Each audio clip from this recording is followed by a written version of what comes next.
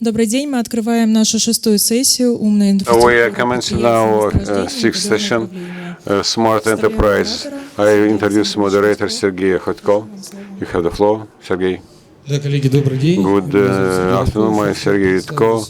Let me introduce Я myself. предлагаю начать нашу сессию. К большому сожалению, наверное, в главном зале сопровождения конкурсантов. Our session. Я рад все равно Well, I welcome all those present here and those who are watching our program online. I invite you all to switch off your mobile phones because really distracts the speakers when somebody's mobile rings. And if you want to speak to somebody, kindly go to the exit. So let us commence our session. Mark, you have the floor. Good afternoon, everyone. Thank you for this opportunity to discuss about how to get the best value out of establishing an integrated and/or remote operations center for your mining organization. A brief introduction. My name is Mark Dwyer. I am the Global Director for Integrated and Remote Operations, or IROX, for Hatch. I've been with Hatch for about a year and a half now.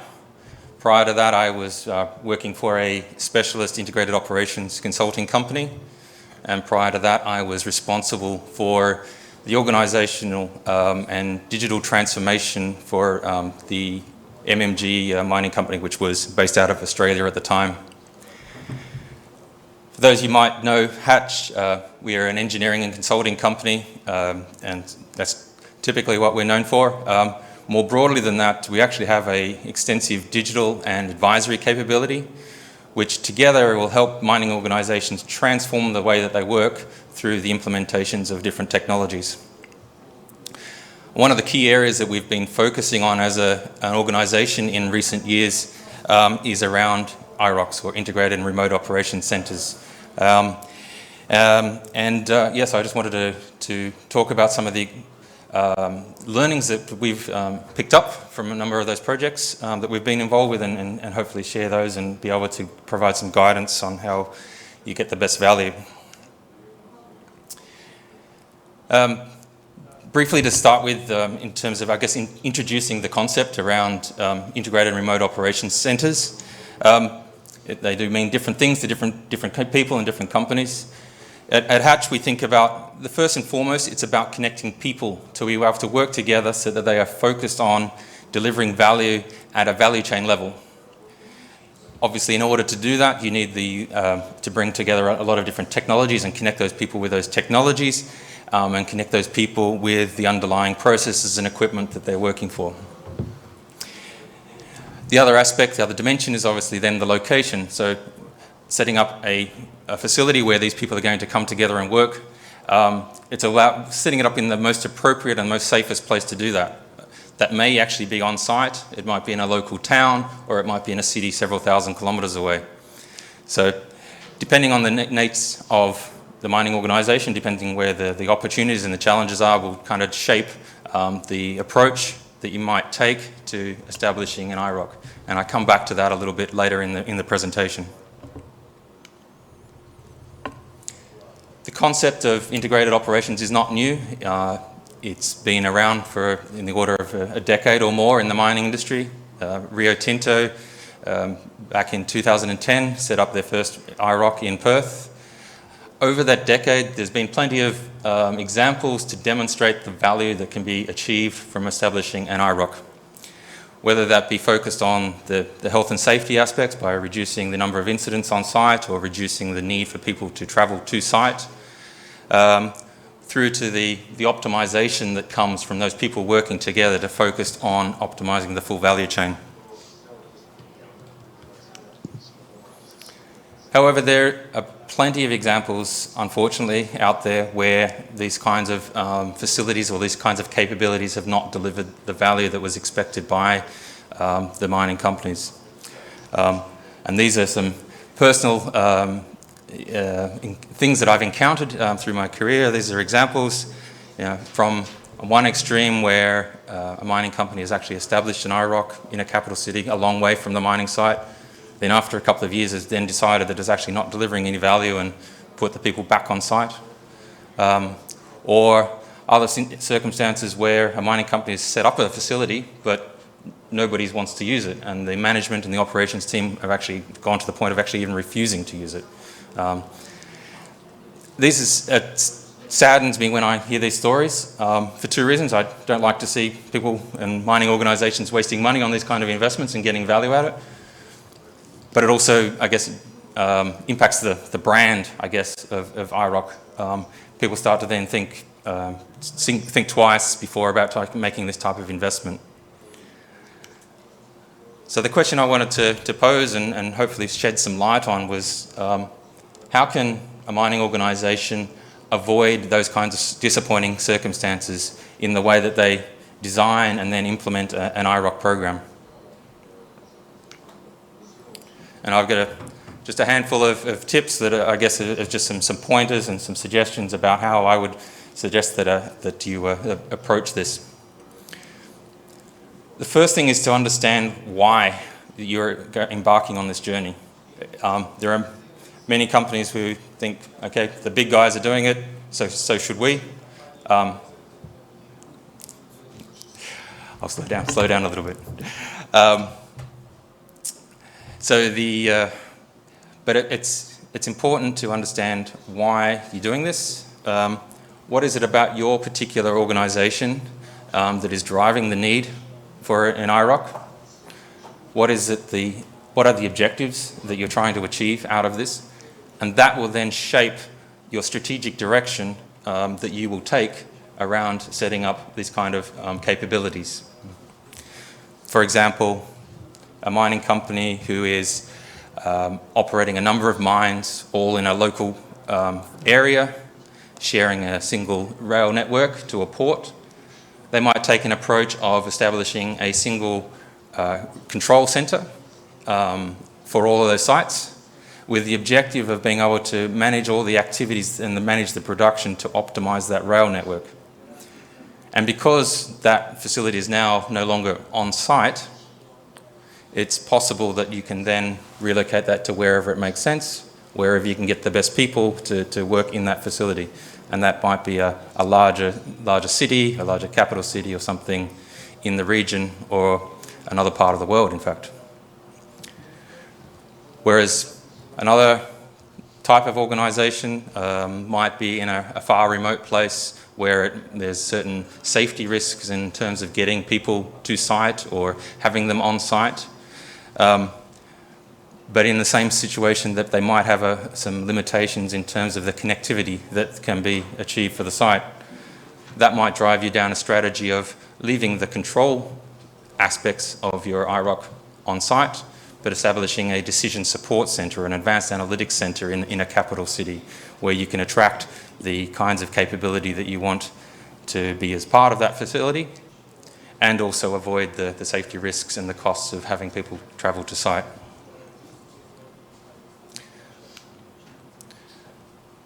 Second thing I'd be strongly considering is getting a model of your full value chain. Ultimately, this is the objective of setting up an IROC, is to get that optimization of your value chain at an enterprise level.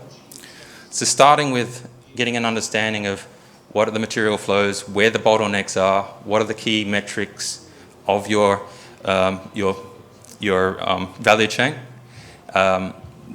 That becomes the foundation of having all those people working together with that common view, that single pane of glass of your entire operation. And secondly, it becomes the foundation for optimizing your business in the future. Once you've got an understanding of what has happened, you can then start taking that digital maturity journey of starting to be able to analyze through modeling of what could happen. And then when you've achieved that kind of capability, you can be trying to predict and even optimize your value chain. But that all comes back to taking that first step of having a good understanding of your value chain and the information related to it.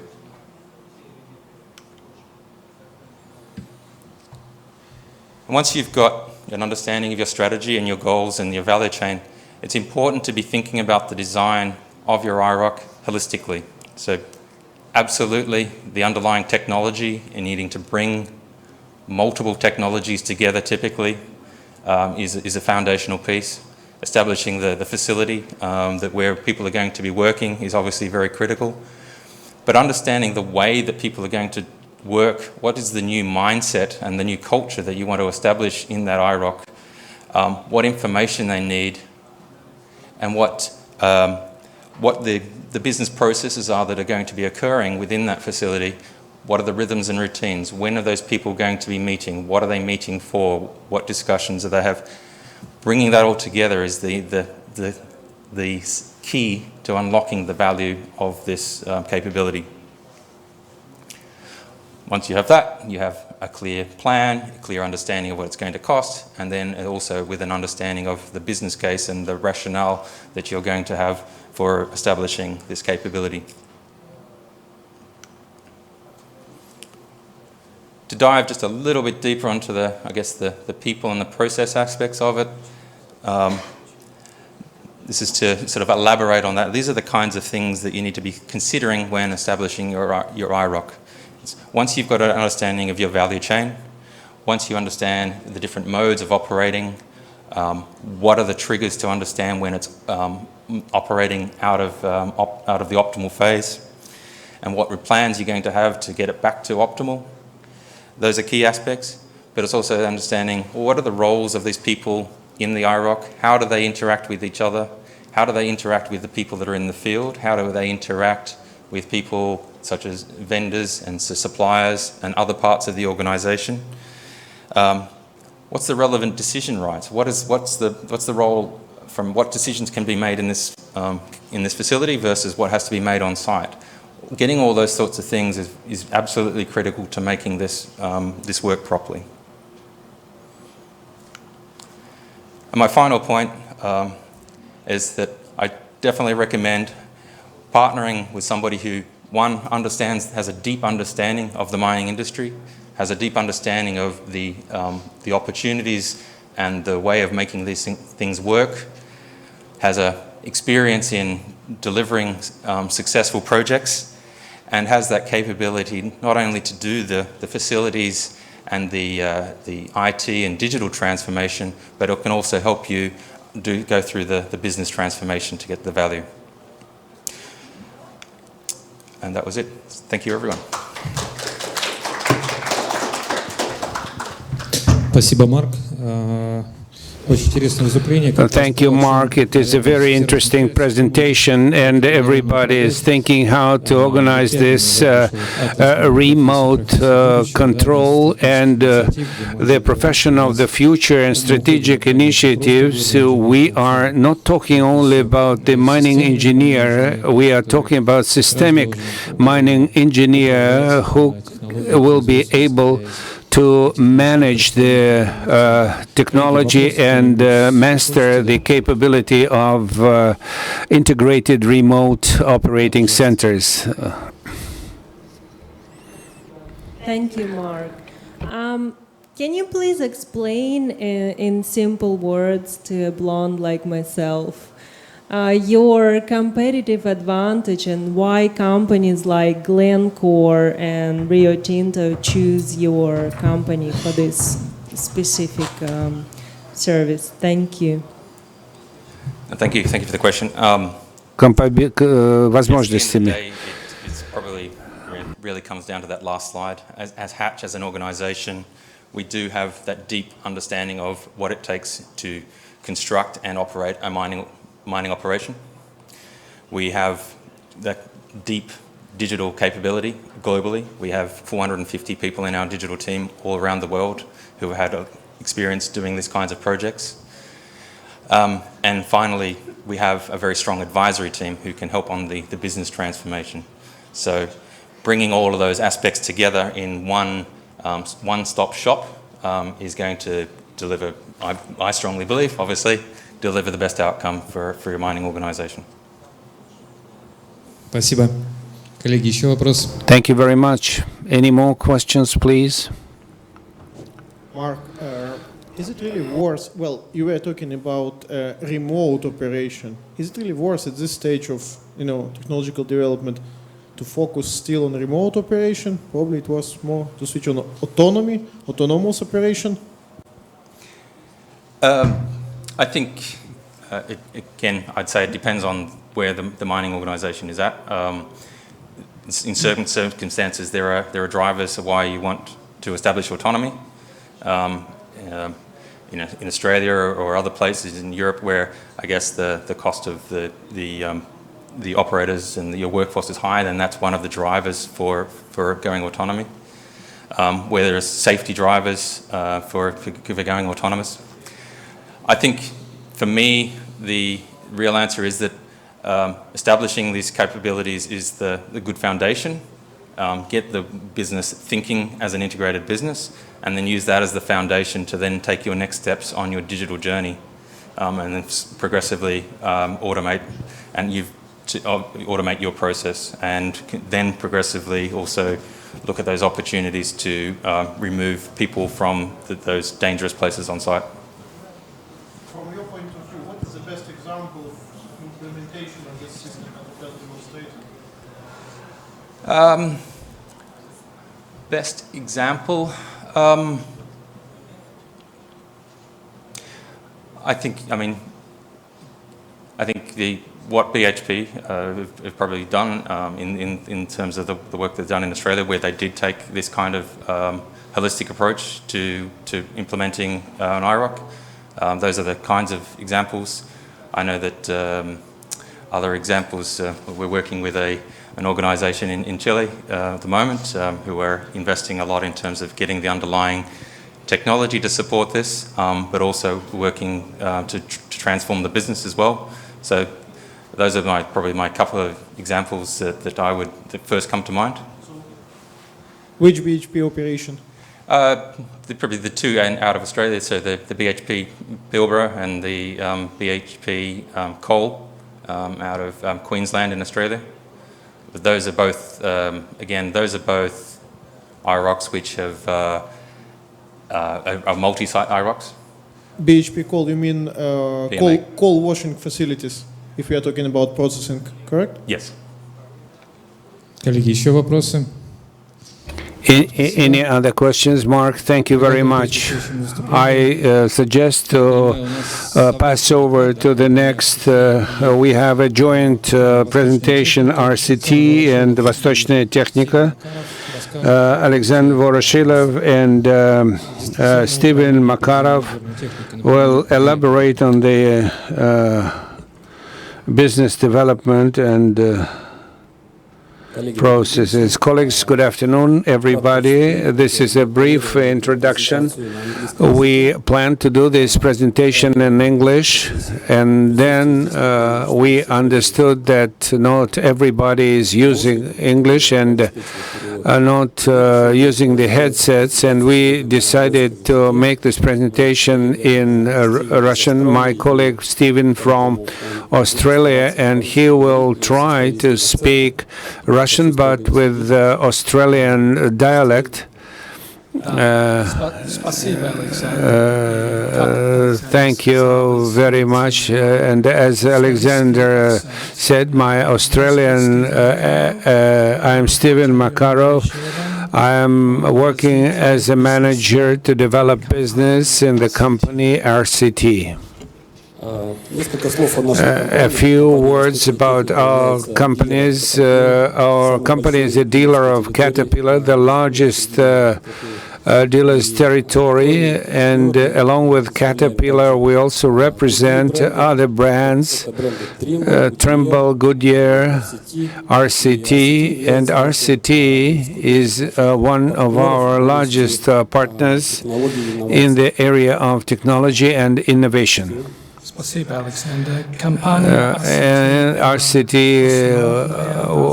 was founded in Australia in 1972, the main head office in Australia. We've been engaged in the project of automation and remote control of underground equipment. And we work actively in Russia and Kazakhstan. RCT Products is the largest system company in the market. We have automated and provided equipment to the system of control and provided more than 1,300 pieces of equipment, and also provided lots of other techniques. Together with RCT company, we have accomplished lots of projects. On the screen, you may see the basic projects. In 2013, that was a huge project in Russia on distant control, on pit equipment.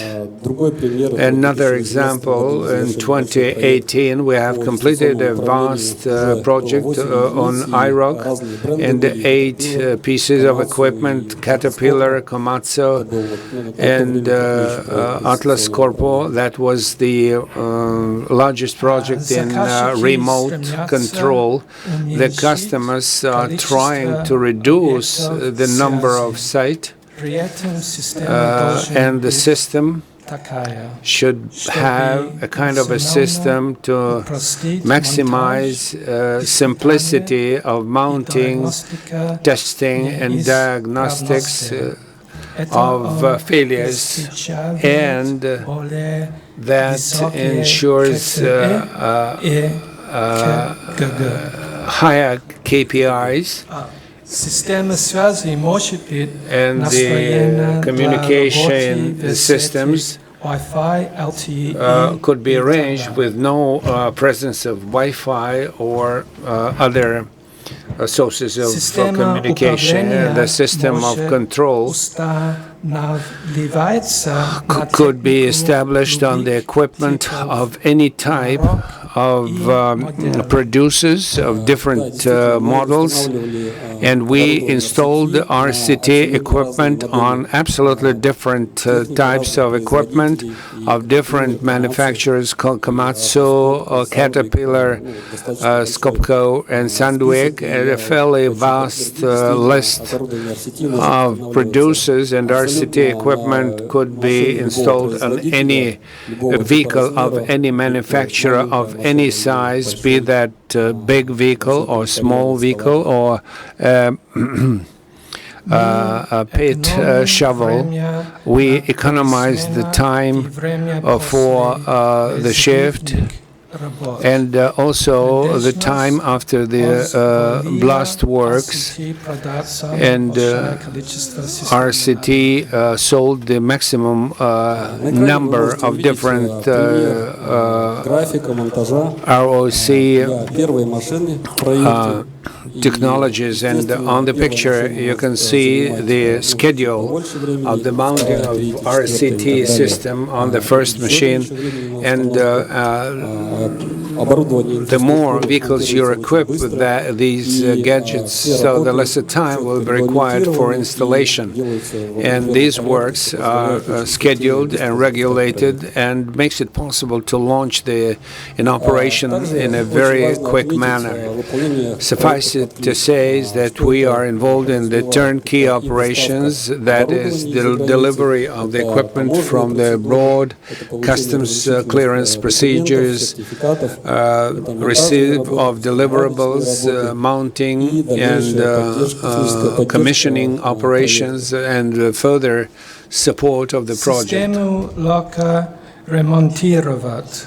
It is very easy to make the overhaul operations and easy to maintain. The training is not very complicated, and it is counted and estimated for 3 to 5 days, depending on the solution. And the employees of the company, they should have adequate level of qualification for being trained. Remote format of training has been developed in order to make training effective and practical. An important element, there's no need for electronic map. The onboard equipment is using algorithm for position identification of the vehicle. The onboard RCT equipment, which is mounted on the vehicles with automatic control, makes it possible to process a vast amount of information on board, and the throughput capacity of the network is not critically required. And if you lose communication and the car stops, so there's no need for additional secondment of personnel on the ground, and this uploading could be done from the ground, from the control center.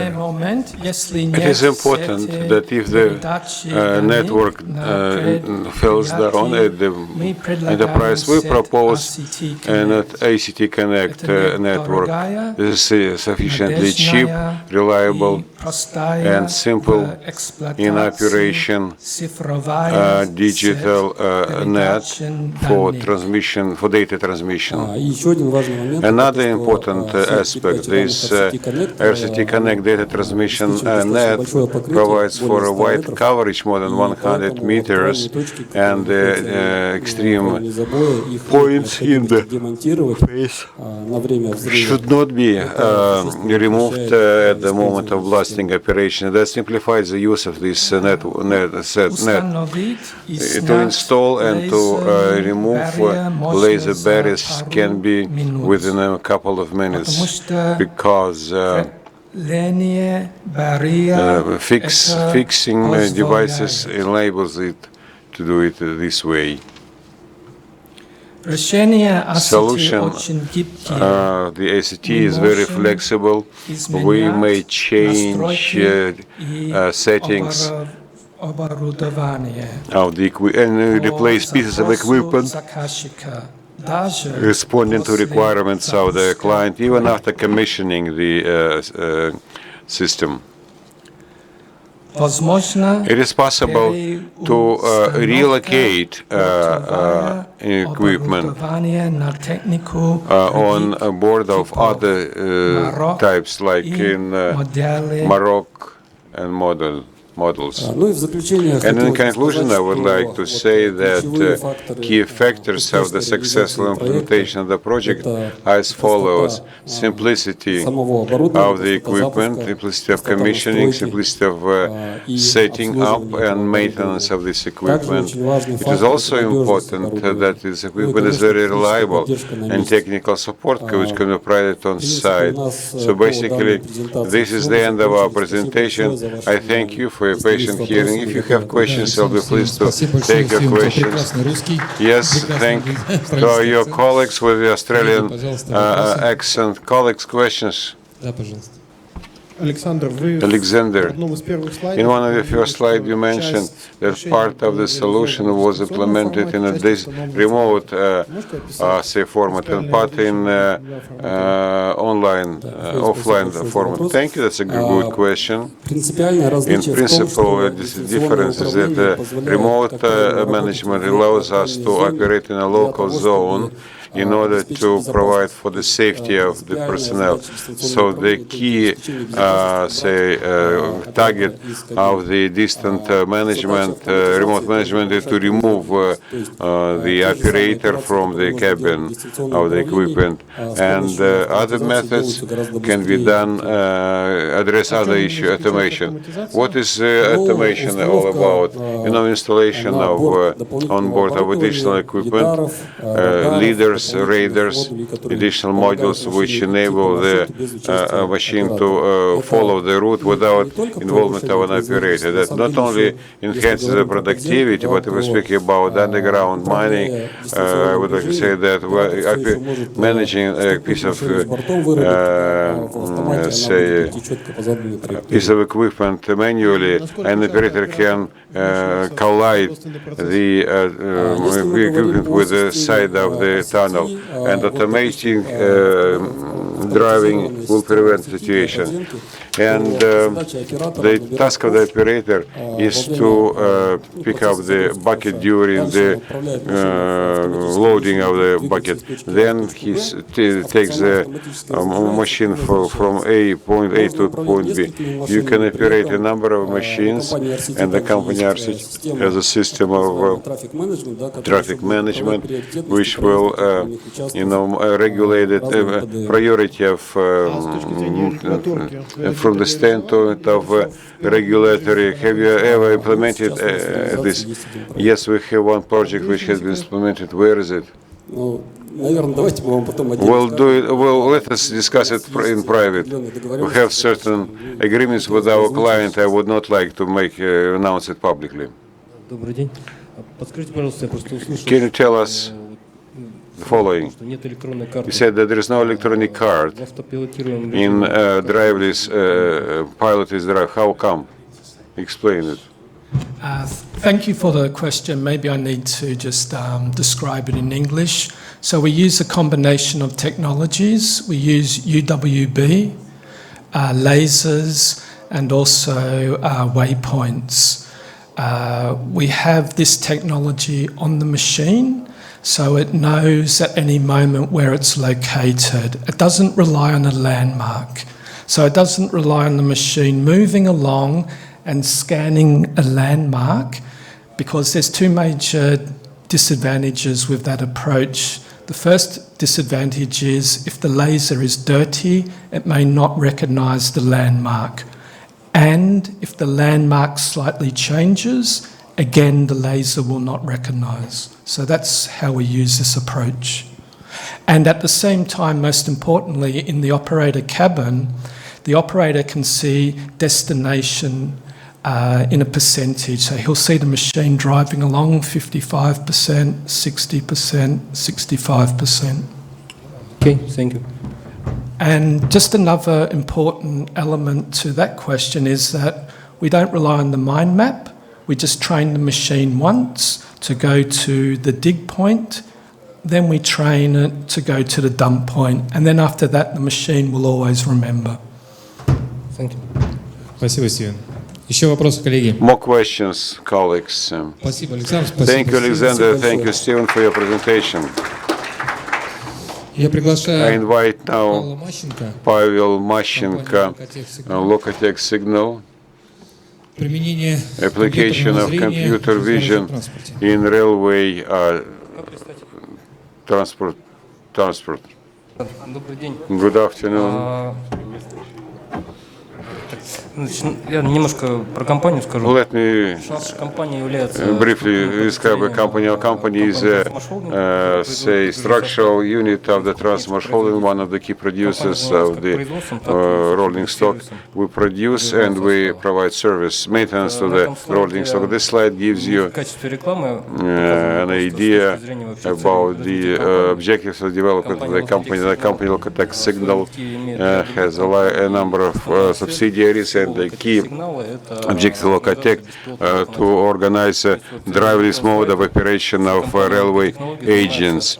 So we basically engage in other individual subsidiaries address individual parts of the overall task. I am citing individual companies, and there are 6 companies, subsidiaries companies, and Locatel unites them all, integrates them all, and is busy doing machine building and infrastructure. So if we collect all these companies and products which they manufacture together, at the end we will get, from our point of view, a driveless mode of operation of a railway engine. So the first project is what we call auto engine driver, and for the Kazan metro network. It's now under development. There is a number of projects that have been implemented in industrial sites. So we realized it implemented in Severstal of the machine vision.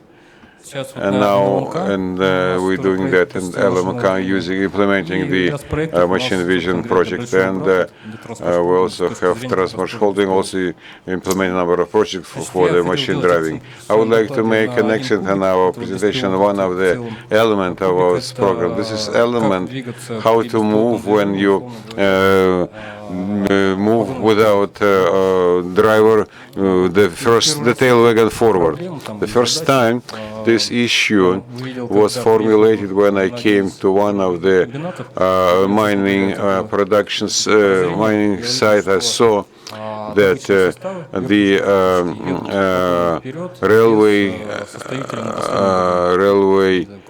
trains move with tail wagon forward without the maker up of the train on the first wagon. So I could not figure out how the engine driver realized how he sees that there are no obstacles on the track.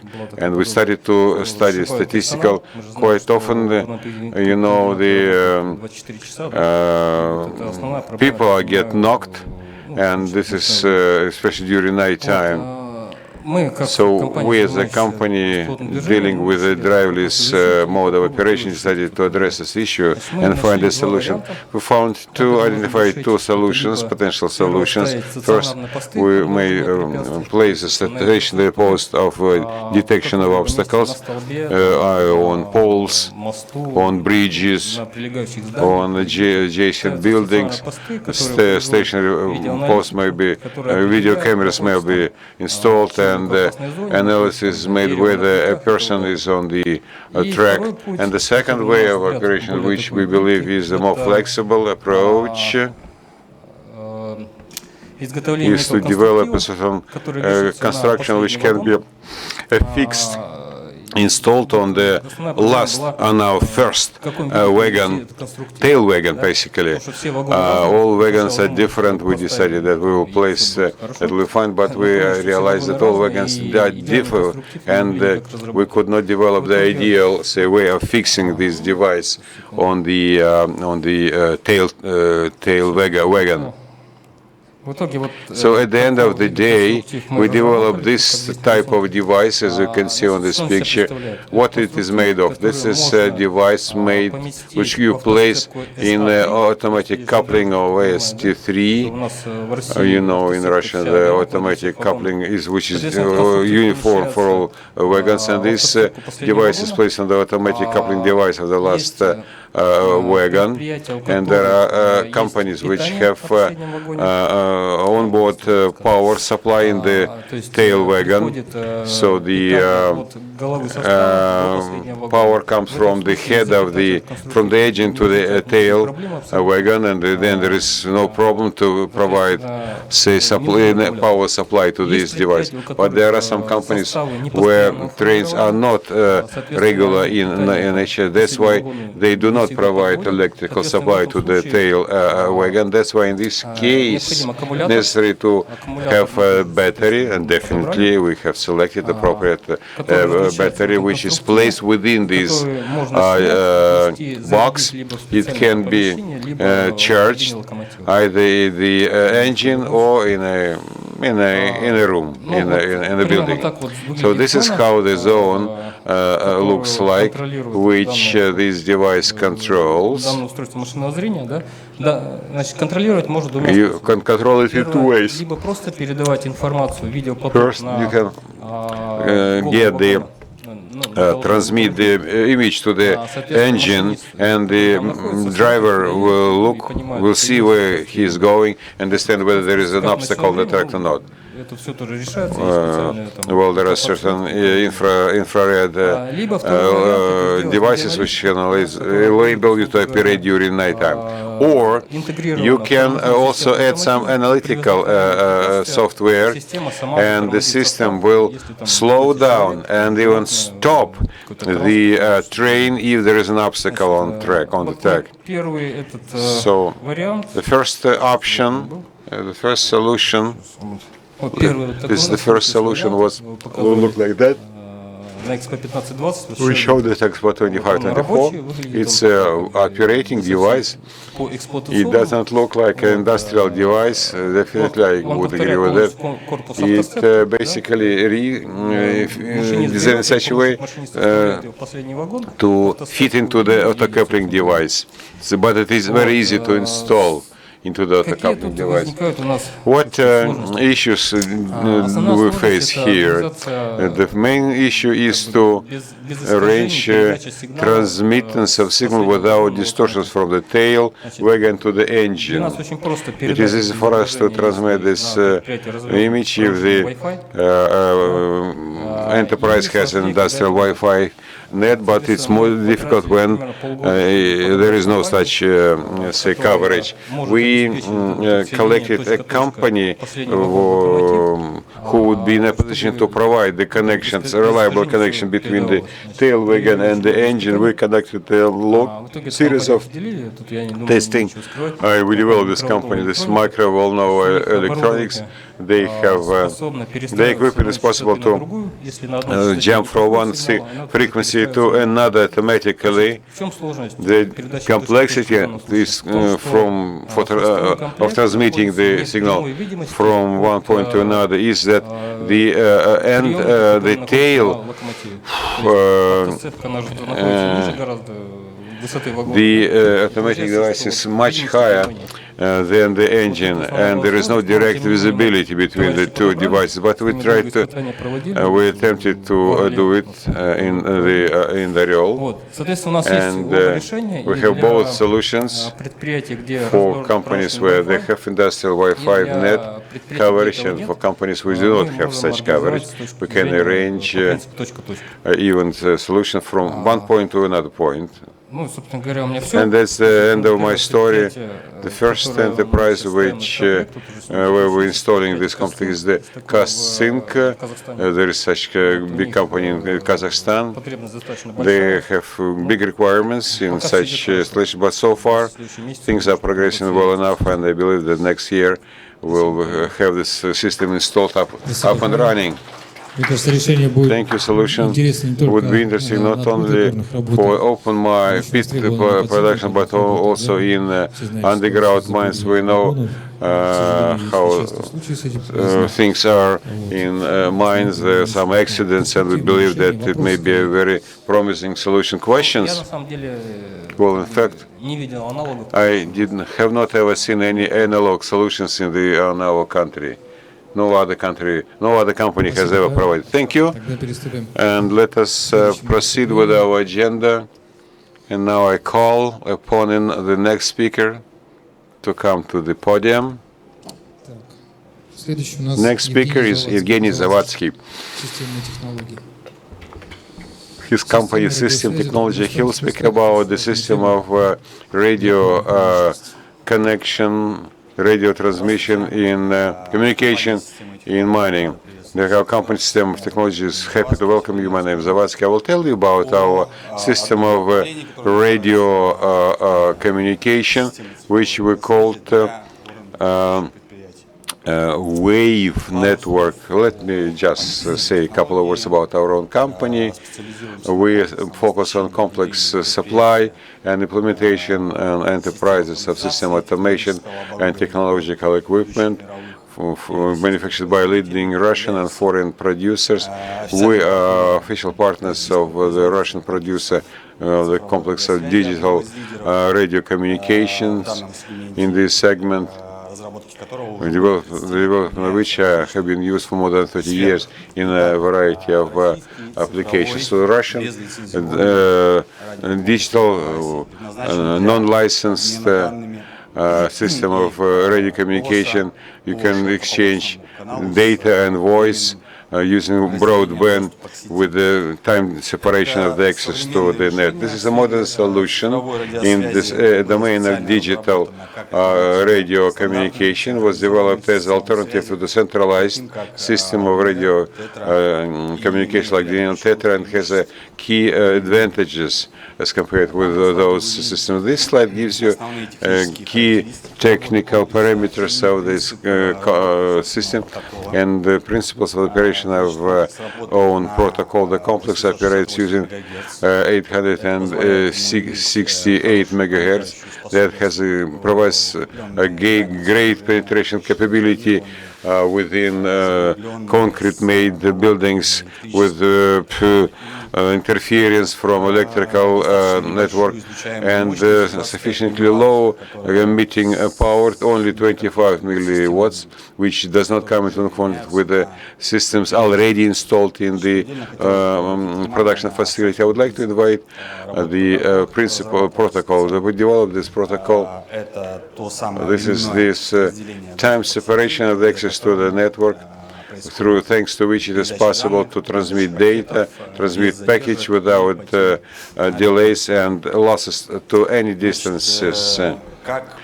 As an example of successful application of this frequency, I would like to quote the following. And one, the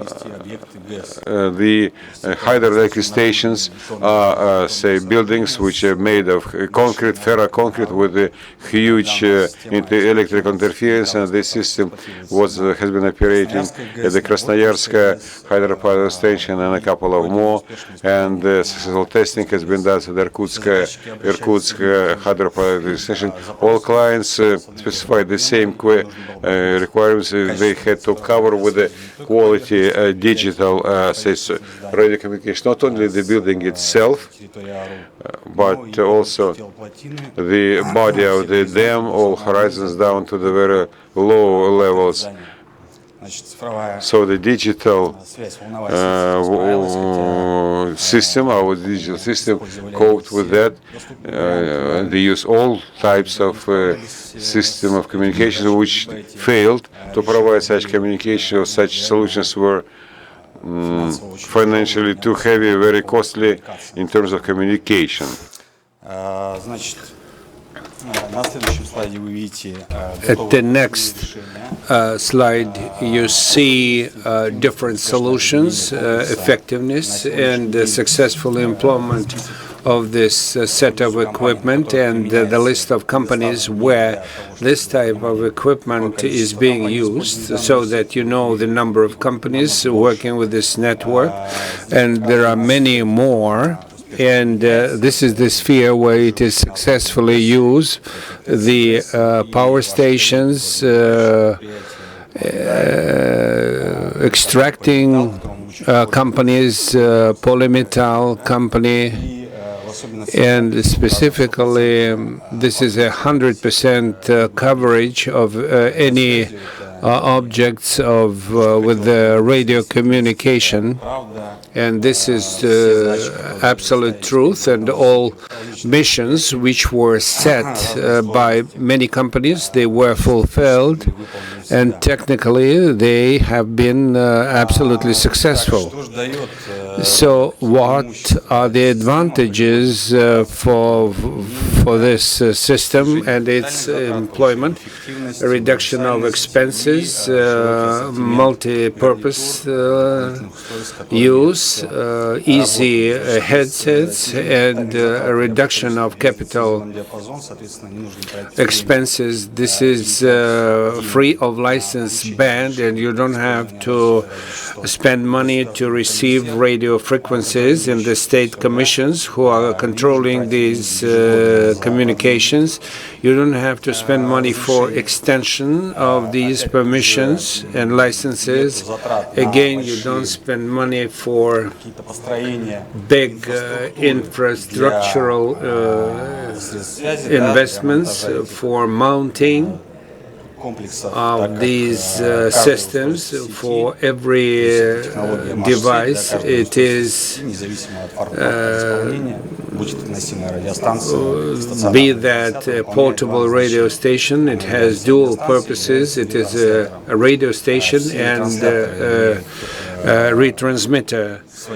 And they have storage batteries of their own, and up to 7 days is the capacity of the storage battery, augmented by solar batteries, where it is difficult to ensure electrical mains.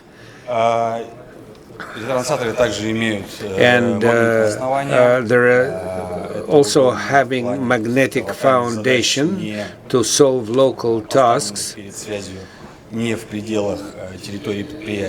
we're talking about some maintenance works outside of the company, maybe 2 or 3 days, a group of people working somewhere, they could take 2 or 3 retransmitters and establish reliable work and communications, and they can work for 2 or 3 days using the storage batteries, then assemble and take away this equipment. And the network doesn't have a core or some basic retransmitter, and if one of the devices is failed, the signal will be transmitted through the adjacent lines, and that could be easily restored by bringing to the location the portable radio set. At the next slide, you will see a standard line of the set of equipment, the digital complex, digital network consists of, and we have this arrangement in our booth number 69. You may approach, and we will explain how the system is being used. And this scheme of arrangement of communication at the site of absolutely different infrastructure. Here you can see all the channels. It could be done on the ground, underground, and it might be a mine, it might be some remote objects, Ethernet or Internet, or all companies, they have their own peculiarities or similarities, and you can also consider installation of this at your own factory, a comprehensive solution. And in the end, as I told you about, Genka Dal Polymetal, what kind of missions they tried to resolve, and how much time it required, and how much equipment was needed. And there were several sites. And this is the building of the training center, of the head office, of the process factories, and ore mines, Верхний and Sovietsky mines, and it was connected between the railroad and Nikolaevsky ore at a distance of 13 kilometers, and the basis for this ore mine was underground, minus 513 meters. Actually,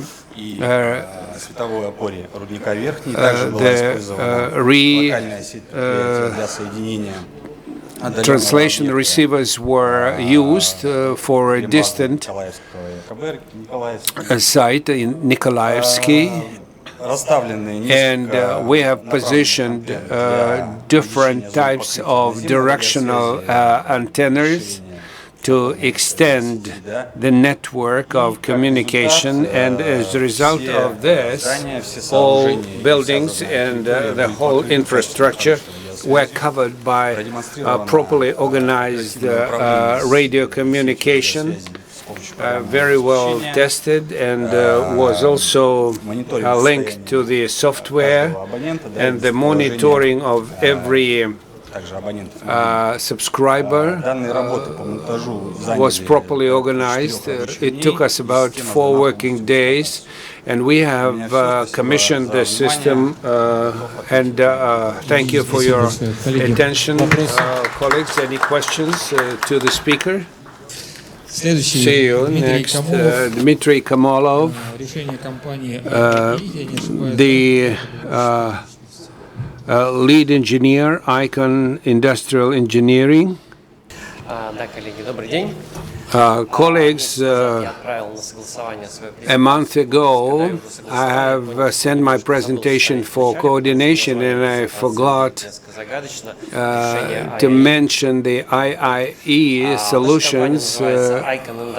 Our company is called Icon Industrial Engineering, and we are the supplier of the protected equipment, IT equipment. We supply the switchboards, industrially protected, and also develop the directions of industrial Wi-Fi. I could tell you about this, and I need some kind of a presentation. Okay?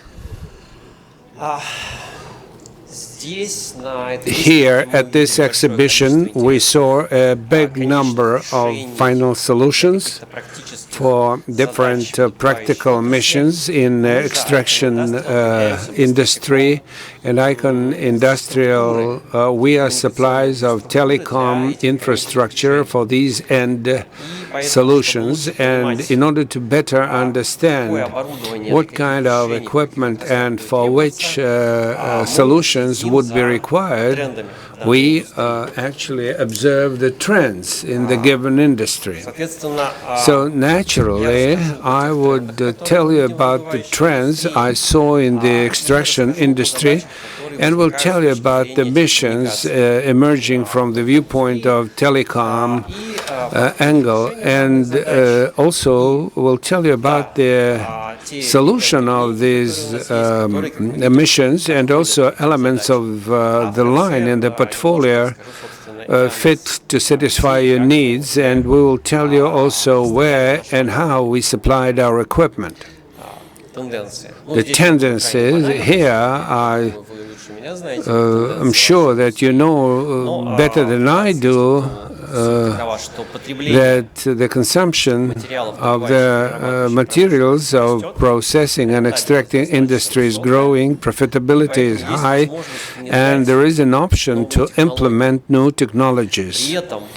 And there are certain negative tendencies like depletion of the resources of the deposits, and increase in the requirements towards environmental demands, and the increase in operational costs at the mines.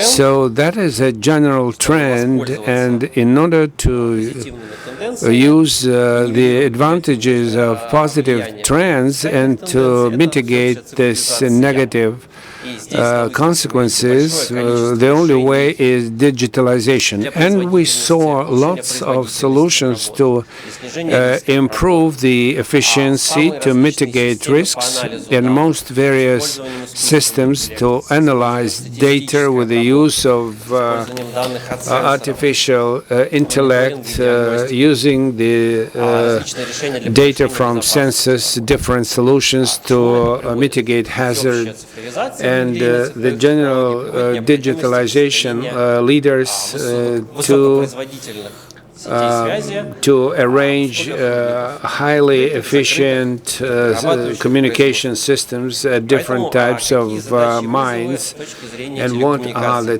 challenges from the viewpoint of telecom devices. A typical switchboard or Ethernet wouldn't serve the purpose for digitalization of extracting industry, because the challenges are quite serious. The open pit mines from -60, and the ordinary switch wouldn't work, and very high temperatures underground and above the ground, high humidity. Especially in underground mines, there are specific hazardous environment, high concentration of harmful gases, and the mission of digitalization creates vast volumes of traffic, and the speed of those switchers to ensure the channel and free passage of information wouldn't suffice. So the challenge is that the critical control real-time requires reliable solutions, not only to minimize the delays of traffic, but also to minimize or complete absence of loss of traffic in the networks. And colleagues spoke about the control of traffic in transport, so the carriage could go anyway if the communication is lost. So our equipment should be specifically designed for very broad temperature band, and it should be well protected from the viewpoint of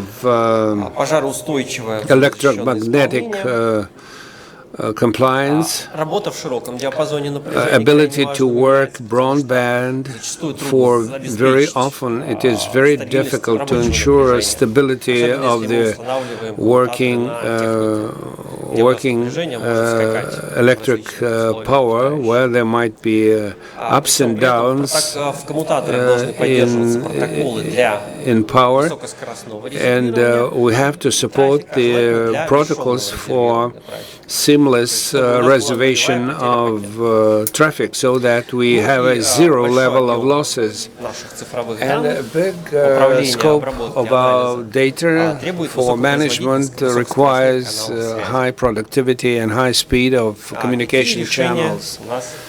And what kind of solutions we could provide? In the core, or the basis of every switch, there is a chipset where the controls and commutation is accomplished, and these should be chips prepared or manufactured on the basis of a special process, making it possible to operate in -45 to +45, and the conventional chips could work from 0 to 60 degrees, and at the stage of design it is necessary to protect the casing, and for specific applications IP65 to protect it from humidity and dust. And we have to envisage broad band of voltages, feeding voltage from +12 to +72 volts. And this is standard for industrial devices. It should be fan-free design. And a number of protocols were invented for reliable provisioning of the communication channel, and the tendency is established by the International Electrical committee which developed lots of protocol which is provisioning the kind of switching procedures have to be used for seamless provisioning, which makes it possible to make a switching without losing the packages of information. And now we are participating in some projects where for the switch in electrical circuits we have to use HSR PHP protocol, ensuring seamless and reliable electrical supply with no loss. We have seen also high-speed channels of communications, analytics, video analytics, and HP channels necessary to provide and deliver that kind of information and packages. And ICON Industrial have a broad portfolio of products. I do not mention all of them. We have about 130 positions of the products, but I will enumerate some of them. XBit portfolio, this is a protected line of products, protected from dust and moisture, makes it even possible to put it in the water with the terminals which are protected from moisture and water when it is very tightly attached to the switch. Under very harsh conditions, and it has been tested at dump trucks in the Polus mining operations. So we have already implemented the pilot project using those commutator switch. There are a number of implementations, be it feeding with Ethernet, with router or without router. To build up a network with a seamless redundancy, we use this qubit for 4028. That's why it is highly demanded in power-related, power generation-related projects where one cannot afford any loss of traffic. I invite you to look at this particular commutator switch. It supports standards of power generation companies, MEC 61 and 1613. So it's capable of operating in extremely unfavorable conditions from a standpoint of interference.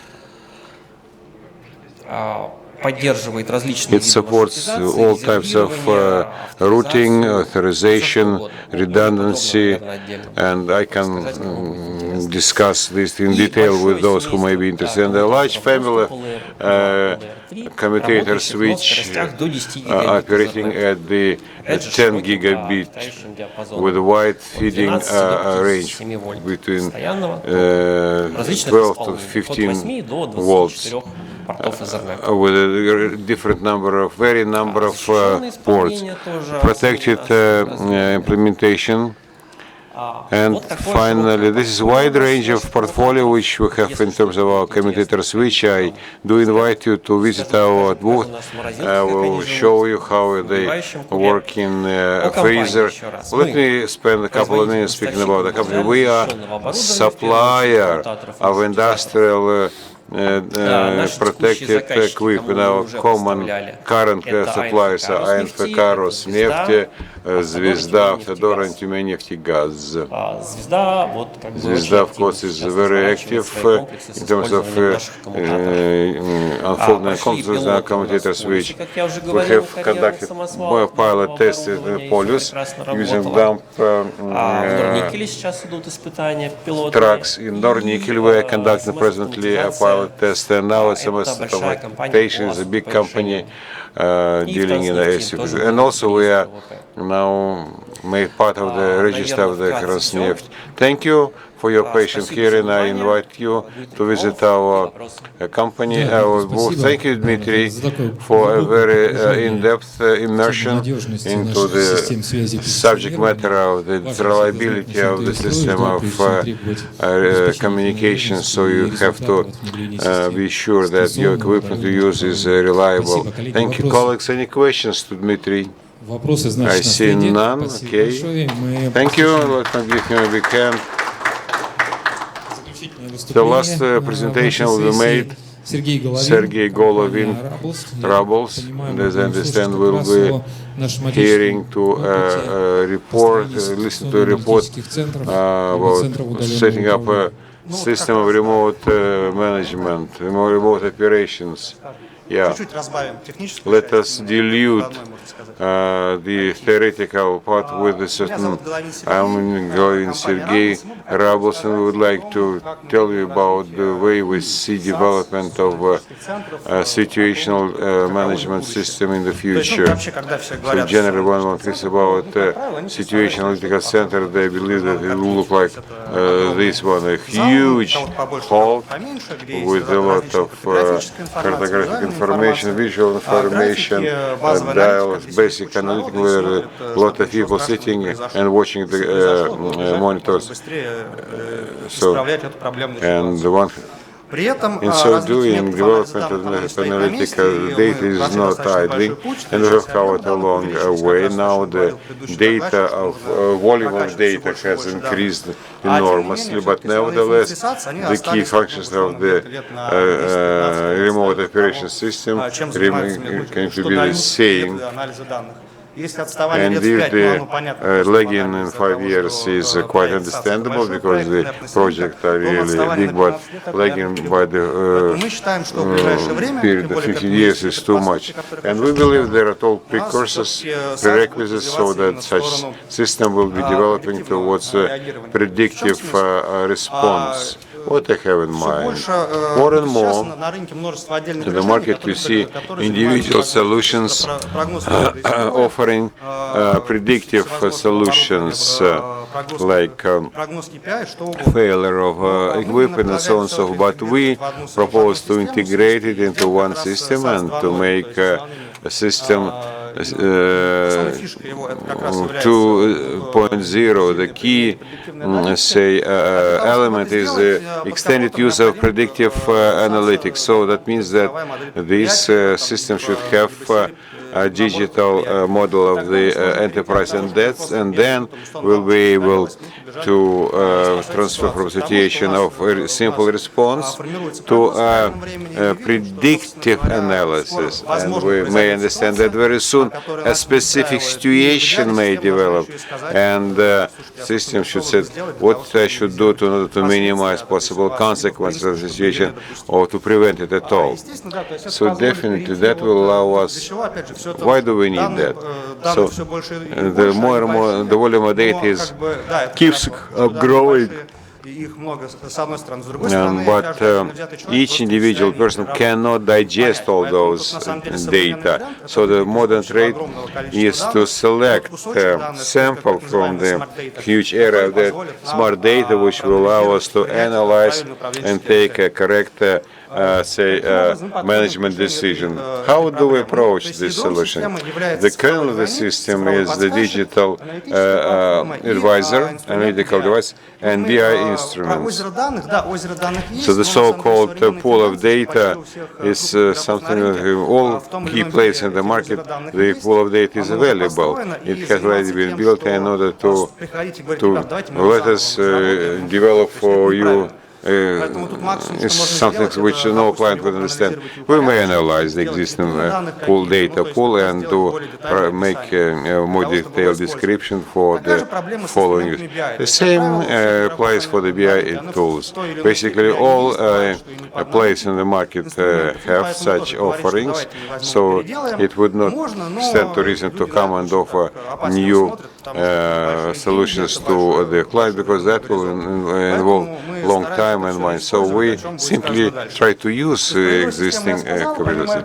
On top of that, there is we have web interface with the certain improvement. We do not provide to the one big hall like the one shown in the picture, but we would want to keep employees should be involved. So this is a classic web interface which is available on browsers. It's visualization. This is a card. It's a map of the enterprise, various video flows and on-time online flows. Since we depart from the notion of the big hall, so that means that we need to provide a situation when every person, every employee should get the information which he or she requires to perform his or her duty and to develop value to his or her employers. What we actually do, what the digital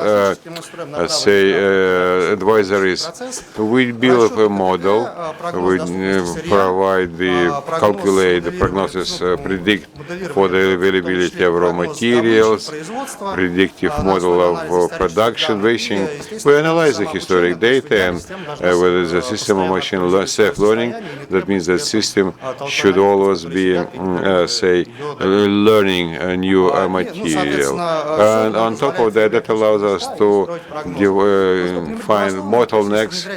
But when we introduce such system, one could I'm referring now to the predictive system. We can get a system with a 6% increase in terms of productivity of a plant. So a year and a half we provided this. So we analyzed the consequent process and we understood or found the bottlenecks. We built up mathematical models and received 6% increase in productivity of the plant. So the technological process was not changed in principle, but there was a system which would call say to operator what it will do. When so operator began to understand very soon, within a matter of 6 months, how they should operate the system in a more effective way using the advisor. Of importance also the visual part, 3D objects, various heat cards. And the key idea is that in ideal we should come to a situation where we could look at any object from a great resolution so that we can provide the management. So there is certain alert arises and the system would say that such and such object is likely to have an accident. So we can press this event and it will come as a report to the text message or post and email, and then we can go to the 3D model, find this particular sensor, particular pump, and see what the system proposes to do about this particular pump. So this is dashboarding, something which we propose. Employees quite often, when we come to the client, a lot of dashboards which they created. So we would normally use the dashboards which they create themselves. We developed together with a basic set of dashboard. It's a tree. The structure is close to the ergonomic of the plant, and then we propose all other employees. We attach all your results to this system. If you lack data, then we modify your pool of data. That's why we have certain magazine of data, a shop of data, where data are structured and are easy to use in the BI. Why I'm not referring to specific BI? Because tools are dictated by the client, and we do standard show windows so that any BI can go take information from. So employees there is a basic KPI which but each department can use their own dashboard and install them into the system. They can share them for common access, and they can do it only for themselves. So thus, we retain the involvement of employees. It is important for the client because we are not tied up to a specific BI. We do not propose the service only of our experts. We, on the contrary, propose that their clients and employees should be involved. So we develop the internal competence of the client. We do not make the client dependent on our services, and we do not have internal conflict with the domestic in-house IT department. What else do we need? Well, as a consequence, quite often we requested the following: to enhance the safety production. And since we have all data, if we have the model of the enterprise, then it's easy to calculate the optimal work schedule. The standard case which requires us to do. And finally, we will believe that in the next 2 or 3 years, it is likely to be the same because the volume of data is growing up. Even there is a pools of data, so we can work with data. But the essence of the smart data and method of visualization of all, so there are certain computing capacities we can visualize it, and without buying many new pieces of equipment. And at the end of the day, the modern market trend is the competition is growing, and reduction by the 5% of cost results in huge savings for a company. I thank you. I will be pleased to take your questions. Sergey, thank you. Any questions to Sergey? Thank you. I think it was a concluding presentation. We have dived, I would like to say, we have immersed into the subject matter of remote management centers. And we now understand better what should be done in terms of the hardware and software to provide for higher reliability of systems. We looked at the tools. I thank all speakers, and I thank all members of the audience and those who follow this conference online. Thank you very much. Have a good day.